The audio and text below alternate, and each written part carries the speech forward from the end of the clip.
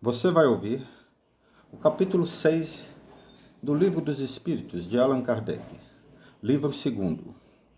Capítulo 6. Da vida espírita. Espíritos errantes. Questão 223. A alma reencarna logo depois de se haver separado do corpo? Resposta dos Espíritos. Algumas vezes reencarna imediatamente. Porém, de ordinário só o faz depois de intervalos mais ou menos longos. Nos mundos superiores, a reencarnação é quase sempre imediata. Sendo aí menos grosseira a matéria corporal, o espírito, quando encarnado nesses mundos, goza quase que de todas as suas faculdades de espírito, sendo seu estado normal o dos sonâmbulos lúcidos entre vós. 224. Que é a alma no intervalo das encarnações? Espírito errante, que aspira a novo destino, que espera. Item A. Quanto podem durar esses intervalos? Desde algumas horas até alguns milhares de séculos. Propriamente falando, não há extremo limite estabelecido para o estado de erraticidade, que pode prolongar-se muitíssimo, mas que nunca é perpétuo. Cedo ou tarde, o espírito terá que volver a uma existência apropriada a purificá-lo das máculas de suas existências precedentes. Item B. Esta duração depende da vontade do espírito ou lhe pode ser imposta como expiação. É uma consequência do livre-arbítrio. Os espíritos sabem perfeitamente o que fazem, mas também, para alguns, constitui uma punição que Deus lhes inflige. Outros pedem que ela se prolongue, a fim de continuarem estudos que só na condição de espírito livre podem efetuar-se com proveito. 225. A erraticidade é por si só um sinal de inferioridade dos espíritos? Não, porquanto há espíritos errantes de todos os graus. A encarnação é um estado transitório, já o dissemos. O espírito se acha no seu estado normal quando liberto da matéria. 226. Poder-se-á dizer que são errantes todos os espíritos que não estão encarnados? Sim, com relação aos que tenham de reencarnar. Não são errantes, porém, os espíritos puros, os que chegaram à perfeição. Esses se encontram no seu estado definitivo. Explicação de Kardec. No tocante às qualidades íntimas, os espíritos são de diferentes ordens, ou graus, pelos quais vão passando sucessivamente à medida que se purificam.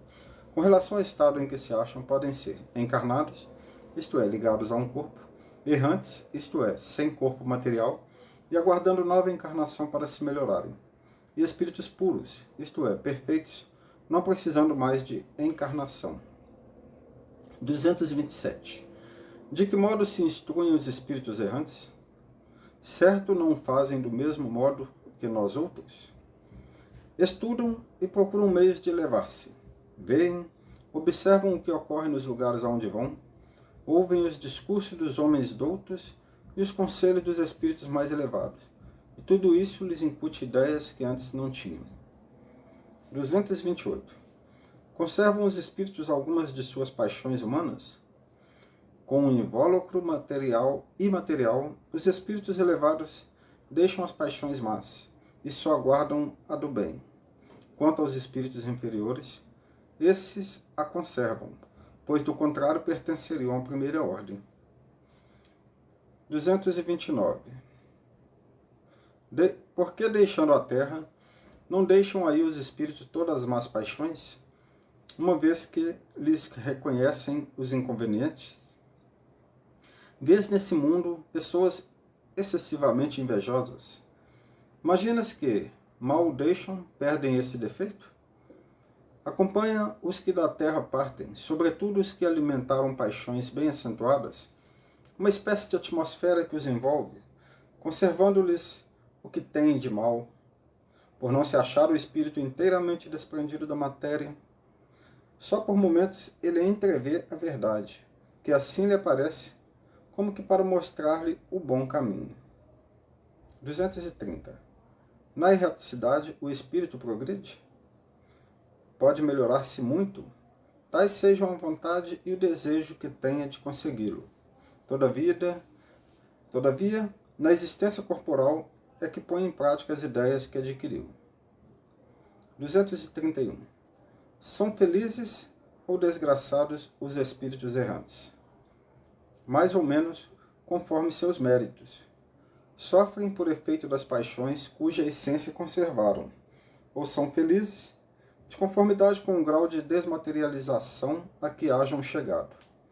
Na erraticidade, o espírito percebe o que lhe falta para ser mais feliz, e desde então procura os meios de alcançá-lo. Nem sempre, porém, lhe é permitido reencarnar como fora de seu agrado, representando isso para ele uma punição. 232. Podem os espíritos errantes ir a todos os mundos? Conforme, pelo simples fato de haver deixado o corpo, o espírito não se acha completamente desprendido da matéria e continua a pertencer ao mundo onde acabou de viver, ou a outro do mesmo grau, a menos que durante a vida se tenha elevado, o que, aliás, constitui objetivo para o que deve entender seus esforços, pois, do contrário, nunca se aperfeiçoaria. Pode, no entanto, ir a alguns mundos superiores, mas na qualidade de estrangeiro. A bem dizer, consegue apenas entrevê-los, donde lhe nasce o desejo de melhorar-se, para ser digno da felicidade que gozam os que os habitam, para ser digno também de habitá-los mais tarde. 233. Os espíritos já purificados descem aos mundos inferiores? Fazem-no frequentemente com o fim de auxiliar-lhes o progresso. A não ser assim, esses mundos estariam entregues a si mesmos, sem guias para dirigi-los. Mundos transitórios. 234. Há de fato, como já foi dito, mundos que servem de estações ou pontos de repouso aos espíritos errantes? Sim, há mundos particularmente destinados aos seres errantes, mundos que lhes podem servir de habitação temporária, espécies de bivaques, de campos onde descansem de uma demasiado longa erraticidade, estado este sempre um tanto penoso. São, entre os outros mundos, posições intermediárias, graduadas de acordo com a natureza dos espíritos que a elas podem ter acesso, e onde eles gozam de maior ou menor bem-estar. Item A. Os espíritos que habitam esses mundos podem deixá-los livremente? Sim, os espíritos que se encontram nesses mundos podem deixá-los, a fim de irem para onde devam ir. Figurai-os como bandos de aves que pousam numa ilha, para aí aguardarem que se lhes refaçam as forças, a fim de seguirem seu destino. 235. Enquanto permanecem nos mundos transitórios, os espíritos progridem? Certamente. Os que vão a tais mundos levam o objetivo de se instruírem e de poderem mais facilmente obter permissão para passar a outros lugares melhores e chegar à perfeição que os eleitos atingem. 236. Pela sua natureza especial, os mundos transitórios se conservam perpetuamente destinados aos espíritos errantes? Não. A condição deles é meramente temporária. Item A. Esses mundos são ao mesmo tempo habitados por seres corpóreos? Não, estéril é neles a superfície. O que os habitam de nada precisam. Item B. É permanente esta esterilidade e decorre da natureza especial que apresentam? Não, são estéreis transitoriamente. Item C. Os mundos dessa categoria carecem então de belezas naturais? A natureza reflete as belezas da imensidade, que não são menos admiráveis do que aquilo a que dás o nome de beleza naturais. Item D. Sendo transitório o estado de semelhantes mundos, a Terra pertencerá algum dia ao número deles? Já pertenceu. Item E. Em qual época? Durante a sua formação. Explicação de Kardec. Nada é inútil em a natureza. Tudo tem um fim, uma destinação. Em lugar algum há o vazio. Tudo é habitado, a vida em toda parte. Assim, durante a dilatada sucessão dos séculos que passaram antes do aparecimento do homem na Terra, durante os lentos períodos de transição, que as camadas geológicas atestam, antes mesmo da formação dos primeiros seres orgânicos naquela massa informe, naquele árido caos, onde os elementos se achavam em confusão, não havia ausência de vida. Seres isentos das nossas necessidades, das nossas sensações físicas, lá encontravam refúgio. Quis Deus que, mesmo assim, ainda imperfeita, a Terra servisse para alguma coisa. Quem ousaria afirmar que, entre os milhares de mundos que giram na imensidade, um só, um dos menores, perdido no seio da multidão infinita deles, goza de privilégio exclusivo de ser povoado? Qual então a utilidade dos demais? Tê-los-ia Deus feito unicamente para nos recriarem à vista? Suposição absurda, incompatível com a sabedoria que esplende em todas as suas obras, inadmissível desde que ponderemos na existência de todos os que não podemos perceber. Ninguém contestará que, nesta ideia da existência de mundos, ainda impróprios para a vida material, e não obstante, já povoados de seres vivos apropriados a tal meio, há qualquer coisa de grande e sublime, em que talvez se encontre a solução de mais de um problema. Percepções, sensações e sofrimento dos espíritos. 237. Uma vez de volta ao mundo dos espíritos, conserva a alma as percepções que tinha quando na Terra? Sim, além de outras de que aí não dispunha, porque o corpo, qual véu sobre elas lançado, as obscurecia. A inteligência é um atributo que tanto mais livremente se manifesta no espírito, quanto menos entraves tenha que vencer. 238. São ilimitadas as percepções e os conhecimentos dos espíritos? Numa palavra, eles sabem tudo? Quanto mais se aproximam da perfeição, tanto mais sabem. Se são espíritos superiores, sabem muito. Os espíritos inferiores são mais ou menos ignorantes acerca de tudo. 239. Conhecem os espíritos o princípio das coisas? Conforme a elevação e a pureza que hajam atingido.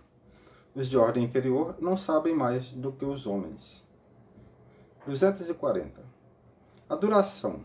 Os espíritos a compreendem como nós? Não, e daí vem que nem sempre nos compreendeis, quando se trata de determinar datas ou épocas. Explicação de Kardec. Os espíritos vivem fora do tempo como compreendemos.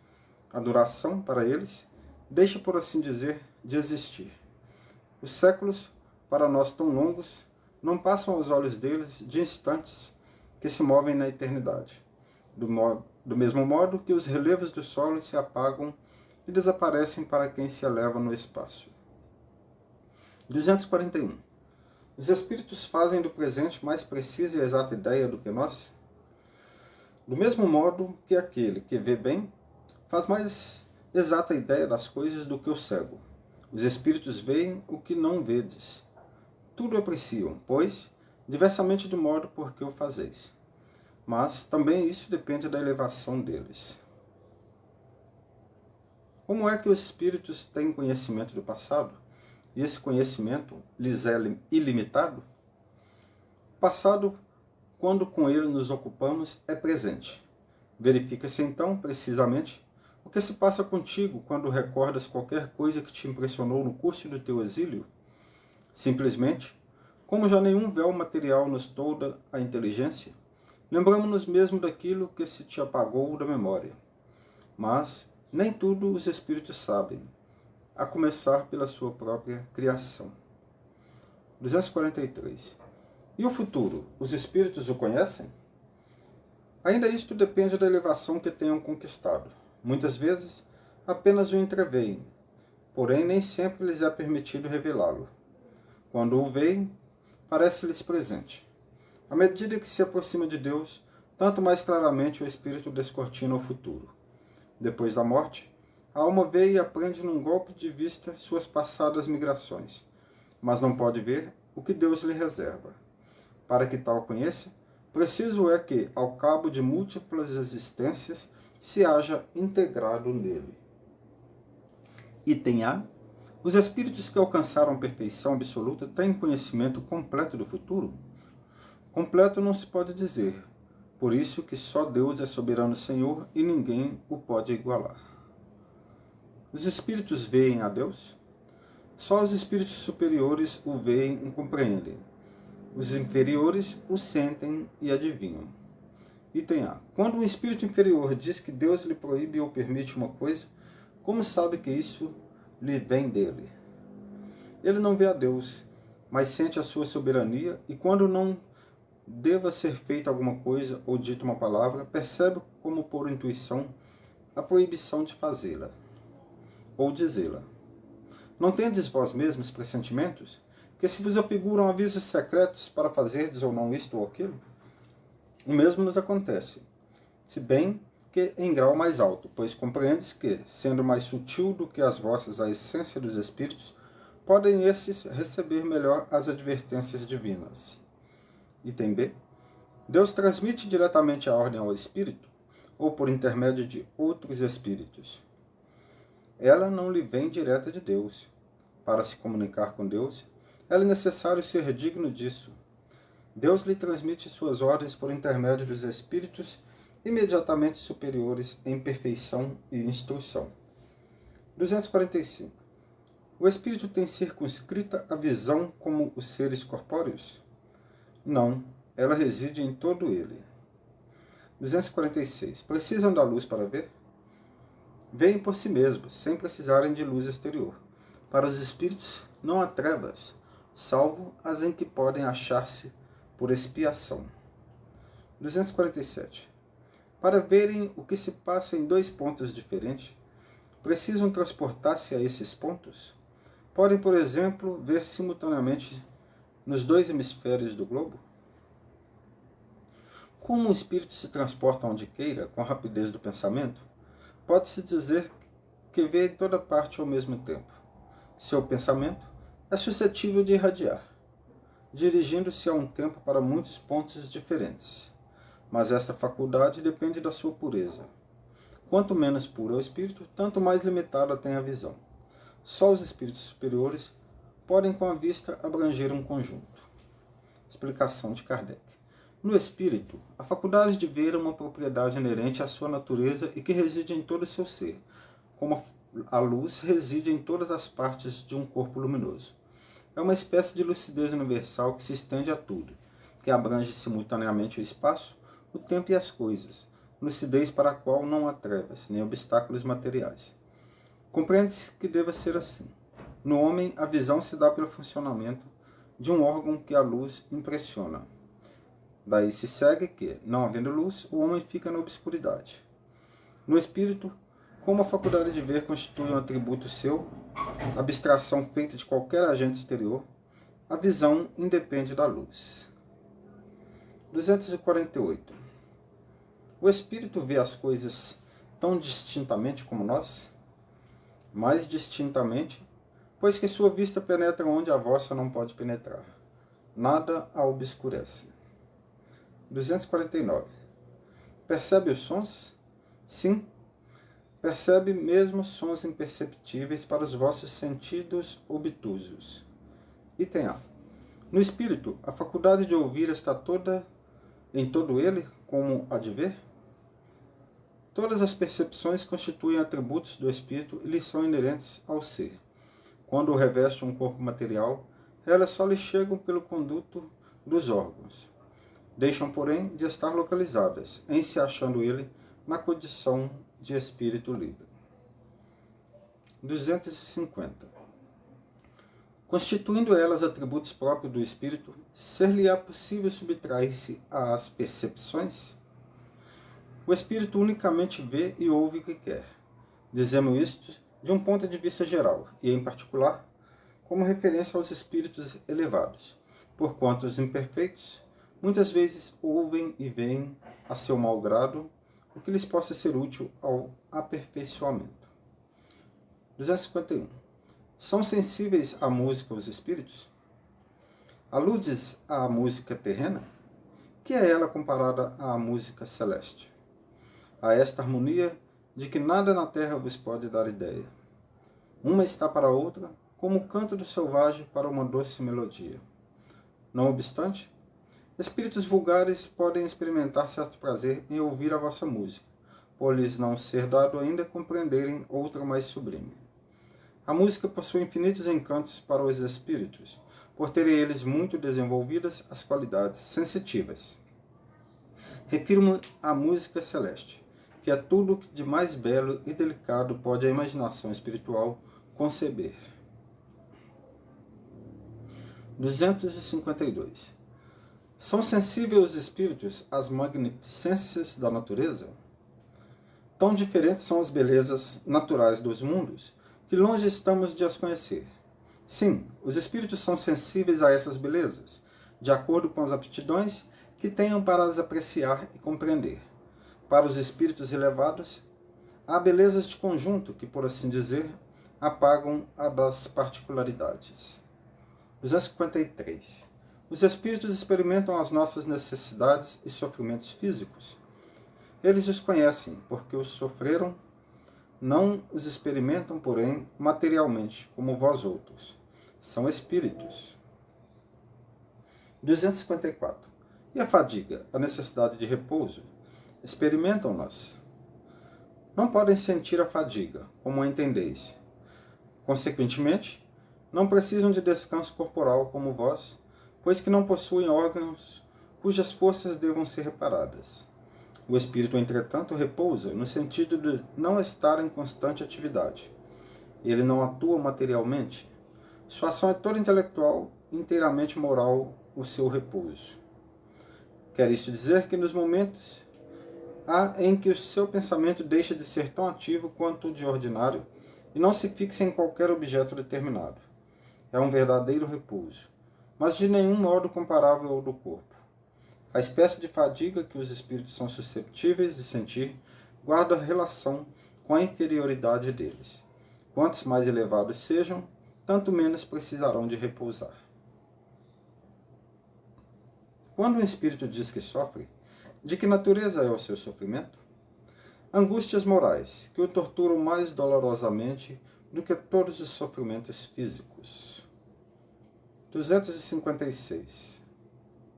Como é, então, que alguns espíritos se têm queixado de sofrer frio ou calor? É reminiscência do que padecem durante a vida. Reminiscência, não raro tão aflitiva quanto a realidade. Muitas vezes, no que eles assim dizem, apenas há uma comparação mediante a qual, em falta de coisa melhor, procuram exprimir a situação em que se acham. Quando se lembram do corpo que revestiram, têm impressão semelhante à de uma pessoa que, havendo tirado o manto que a envolvia, julga passado algum tempo que ainda o traz sobre os ombros. Ensaio teórico da sensação nos espíritos. Questão 257. O corpo é um instrumento da dor. Se não é a causa primária desta, é pelo menos a causa imediata. A alma tem a percepção da dor. Essa percepção é o efeito. A lembrança que da dor a alma conserva pode ser muito penosa, mas não pode ter ação física. De fato, nem o frio nem o calor são capazes de desorganizar os tecidos da alma, que não é suscetível de congelar-se nem de queimar-se.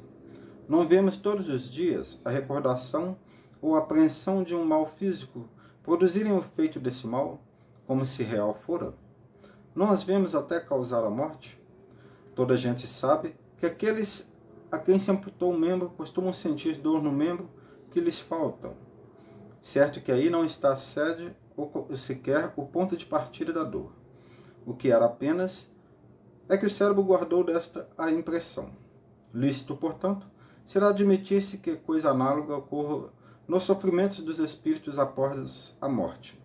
Um estudo aprofundado do perispírito, que tão importante papel desempenha em todos os fenômenos espíritas, nas aparições vaporosas ou tangíveis, no estado em que o espírito vem a encontrar-se por ocasião da morte, na ideia que tão frequentemente manifesta de que ainda está vivo, nas situações tão comoventes que nos revelam os dois suicidas, dos supliciados, dos que se deixaram absorver pelos gozos materiais, e inúmeros outros fatos. Muita luz lançaram sobre essa questão, dando lugar há explicações que passamos a resumir. O perispírito é um laço que a matéria do corpo prende o espírito, que o tira do meio ambiente, do fluido universal. Participa ao mesmo tempo da eletricidade, do fluido magnético e até certo ponto da matéria inerte. Poder-se-ia dizer que é a quintessência da matéria, é o princípio da vida orgânica, porém não da vida intelectual que reside no espírito. É, além disso, o agente das sensações exteriores. No corpo, os órgãos, servindo-lhes de condutos, localizam essas sensações. Destruído o corpo, elas se tornam gerais. Daí o espírito não dizer que sofre mais da cabeça do que dos pés, ou vice-versa. Não se confundam, porém, as sensações do perispírito, que se tornou independente, com as do corpo. Estas últimas, só por termo de comparação, as podemos tomar e não por analogia. Liberto do corpo, o espírito pode sofrer, mas esse sofrimento não é corporal, embora não seja exclusivamente moral, como o remorso, pois que ele se queixa de frio e calor. Também não sofre mais no inverno do que no verão. Temos-los visto atravessar chamas sem experimentarem qualquer dor. Nenhuma impressão lhes causa, consequentemente, a temperatura. A dor que sentem não é, pois, uma dor física propriamente dita. É um vago sentimento íntimo, que o próprio espírito nem sempre compreende bem, precisamente porque a dor não se acha localizada, porque não a produzem agentes exteriores. É mais uma reminiscência do que uma realidade. Reminiscência, porém, igualmente penosa. Algumas vezes, entretanto, há mais do que isso, como vamos ver. Ensina-nos a experiência que, por ocasião da morte, o perispírito se desprende mais ou menos lentamente do corpo, que durante os primeiros minutos depois da desencarnação, o espírito não encontra explicação para a situação em que se acha. Crê não estar morto, por isso que se sente vivo. Vê a um lado o corpo, sabe que lhe pertence, mas não compreende que esteja separado dele. Essa situação dura enquanto haja qualquer ligação entre o corpo e o perispírito. Disse-nos certa vez um suicida: não estou morto. E acrescentava: no entanto, sinto os vermes a me roerem. Ora, indubitavelmente, os vermes não lhe roíam o perispírito, e ainda menos o espírito. Roíam-lhe apenas o corpo. Como, porém, não era completa a separação do corpo e do perispírito, uma espécie de repercussão moral se produzia, transmitindo ao espírito o que estava ocorrendo no corpo. Repercussão, talvez, não seja o termo próprio, porque pode induzir a exposição de um efeito muito material. Era antes a visão do que se passava com o corpo, a qual ainda o conservava ligado o perispírito, o que lhe causava a ilusão, que ele tomava por realidade. Assim, pois, não haveria no caso uma reminiscência, porquanto ele não fora em vida roído pelos vermes. Havia o sentimento de um fato da atualidade. Isto mostra que deduções se podem tirar dos fatos, quando atentamente observados.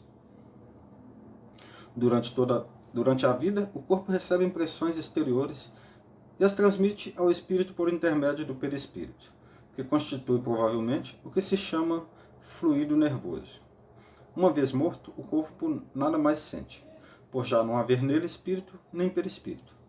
Este, desprendido do corpo, experimenta a sensação, porém já não lhe chega por um conduto limitado. Ela se lhe torna geral. Ora, não sendo o perispírito realmente mais do que simples agente de transmissão, pois que no espírito é que está a consciência, lógico será deduzir-se que, se pudesse existir perispírito sem espírito, aquele nada sentiria, exatamente como um corpo que morreu. Do mesmo modo, se o espírito não tivesse perispírito, seria inacessível a toda e qualquer sensação dolorosa. É o que se dá com os espíritos completamente purificados. Sabemos que quanto mais eles se purificam, tanto mais etérea se torna a essência do perispírito, de onde segue que a influência material diminui à medida que o espírito progride, isto é, à medida que o próprio perispírito se torna menos grosseiro. Mas dir-se-á desde que pelo perispírito é que as sensações agradáveis, da mesma forma que as desagradáveis, se transmitem ao espírito, sendo o espírito puro, inacessível a umas, deve sê-lo igualmente às outras. Assim é de fato, com relação às que provêm unicamente da influência da matéria que conhecemos. O som dos nossos instrumentos, o perfume das nossas flores, nenhuma impressão lhe causam. Entretanto, ele experimenta sensações íntimas de um encanto indefinível, das quais ideia alguma podemos formar, porque a esse respeito somos quase cegos de nascença diante da luz. Sabemos que isso é real, mas por que meio se produz? Até lá, não vai a nossa ciência. Sabemos que no espírito há percepção, sensação, audição e visão, que essas faculdades são atributos do ser todo e não, como no homem, de uma parte apenas do ser. Mas, de qualquer modo, ele as tem. Ignoramo-lo. Os próprios espíritos nada nos podem informar sobre isso, por inadequada a nossa linguagem a exprimir ideias que não possuímos, precisamente como é, por falta de termos próprios, a dos selvagens, para traduzir ideias referentes às nossas artes, ciências e doutrinas filosóficas. Dizendo que os espíritos são inacessíveis às impressões da matéria que conhecemos, referimos-nos aos espíritos muito elevados, cujo envoltório etéreo não encontra analogia neste mundo. Outro tanto não acontece com os de perispírito mais denso, os quais percebem os nossos sons e odores, não, porém, apenas por uma parte limitada de suas individualidades, conforme lhes sucedia quando vivos. Pode-se dizer que, neles, as vibrações moleculares se fazem sentir em todo o ser, e lhes chegam assim ao sensorium comune, que é o próprio espírito, embora de modo diverso e talvez também dando uma impressão diferente, o que modifica a percepção. Eles ouvem o som da nossa voz, entretanto nos compreendem sem o auxílio da palavra, somente pela transmissão do pensamento, em apoio do que dizemos ao fato de que essa penetração é tanto mais fácil quanto mais desmaterializado está o espírito. Pelo que concerne à vista, essa para o espírito independe da luz, qual a temos. A faculdade de ver é um atributo essencial da alma, para quem a obscuridade não existe. É, contudo, mais extensa, mais penetrante nas mais purificadas. A alma, ou o espírito, tem, pois, em si mesma, a faculdade de todas as percepções. Estas, na vida corpórea, se obliteram pela grosseria dos órgãos do corpo. Na vida extracorpórea, se vão desanuviando à proporção que o invólucro semimaterial se eteriza. Ao rir do meio ambiente, esse invólucro varia de acordo com a natureza dos mundos, ao passarem de um mundo a outro. Os espíritos mudam de envoltório como nós mudamos de roupa, quando passamos do inverno ao verão ou do polo ao equador. Quando vêm visitar-nos, os mais elevados se revestem do perispírito terrestre e então suas percepções se produzem como no comum dos espíritos. Todos, porém, assim os inferiores como os superiores, não ouvem nem sentem senão o que queiram ouvir ou sentir. Não possuíram órgãos sensitivos, eles podem livremente tornar ativas ou nulas suas percepções. Uma só coisa são obrigados a ouvir: os conselhos dos espíritos bons. A vista, essa é sempre ativa, mas eles podem fazer-se invisíveis uns aos outros. Conforme a categoria que ocupem, podem ocultar-se dos que lhes são inferiores, porém não dos que lhes são superiores. Nos primeiros instantes que se seguem à morte, a visão do espírito é sempre turbada e confusa.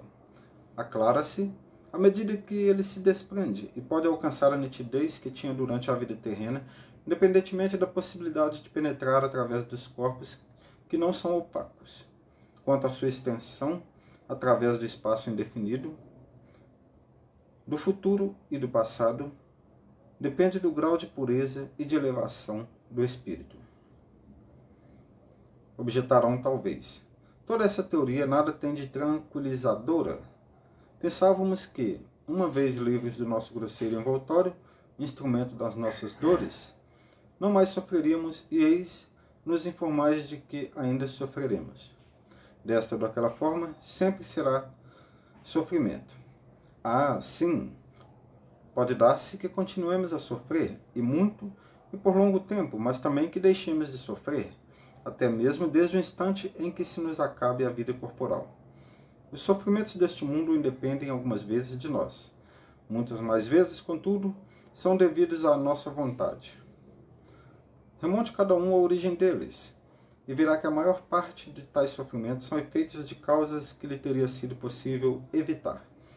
Quantos males, quantas enfermidades não deve o homem aos seus excessos, à sua ambição, numa palavra, às suas paixões? Aquele que sempre vivesse com sobriedade, que de nada abusasse, que fosse sempre simples nos gostos e modestos nos desejos, a muitas tribulações se forraria. O mesmo se dá com o espírito. O sofrimento por que passa são sempre a consequência da maneira por que viveu na terra.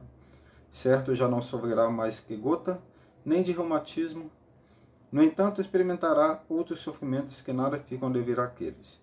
Vimos que seu sofrer resulta dos laços que ainda o prendem à matéria, que quanto mais livre estiver da influência desta, ou por ora, quanto mais desmaterializado se achar, menos dolorosas sensações experimentará. Ora, está nas suas mãos libertar-se de tal influência desde a vida atual. Ele tem um livre-arbítrio, tem por consequente a faculdade de escolha entre o fazer e não fazer. Tome suas paixões animais, não alimente ódio, nem inveja, nem ciúme, nem orgulho. Não se deixe dominar pelo egoísmo. Purifique-se, nutrindo bons sentimentos. Pratique o bem. Não ligue às coisas deste mundo importância que não merecem. E então, embora revestido do invólucro corporal, já estará depurado, já estará liberto do jugo da matéria. E quando deixar esse invólucro, não mais lhe sofrerá a influência. Nenhuma recordação dolorosa lhe advirá dos sofrimentos físicos que haja padecido. Nenhuma impressão desagradável eles lhe deixarão, porque apenas terão atingido o corpo e não a alma. Sentir-se-á feliz por se haver libertado deles, e a paz de sua consciência o isentará de qualquer sofrimento moral. Interrogamos aos milhares, espíritos que na Terra pertenceram a todas as classes da sociedade, ocuparam todas as posições sociais. Estudamos-las em todos os períodos da vida espírita, a partir do momento em que abandonaram o corpo. Acompanhamos-los passo a passo na vida de além-túmulo, para observar as mudanças que se operavam neles, nas suas ideias, nos seus sentimentos. E sob esse aspecto, não foram os que aqui se contaram entre os homens mais vulgares os que nos proporcionaram menos preciosos elementos de estudo. Ora, notamos sempre que os sofrimentos guardavam relação com o proceder que eles tiveram e cujas consequências experimentavam, que a outra vida é fonte de inefável ventura para os que seguiram o bom caminho. Deduz-se daí que, aos que sofrem, isso acontece porque o quiseram, que, portanto, só de si mesmos se devam queixar, quer no outro mundo, quer neste.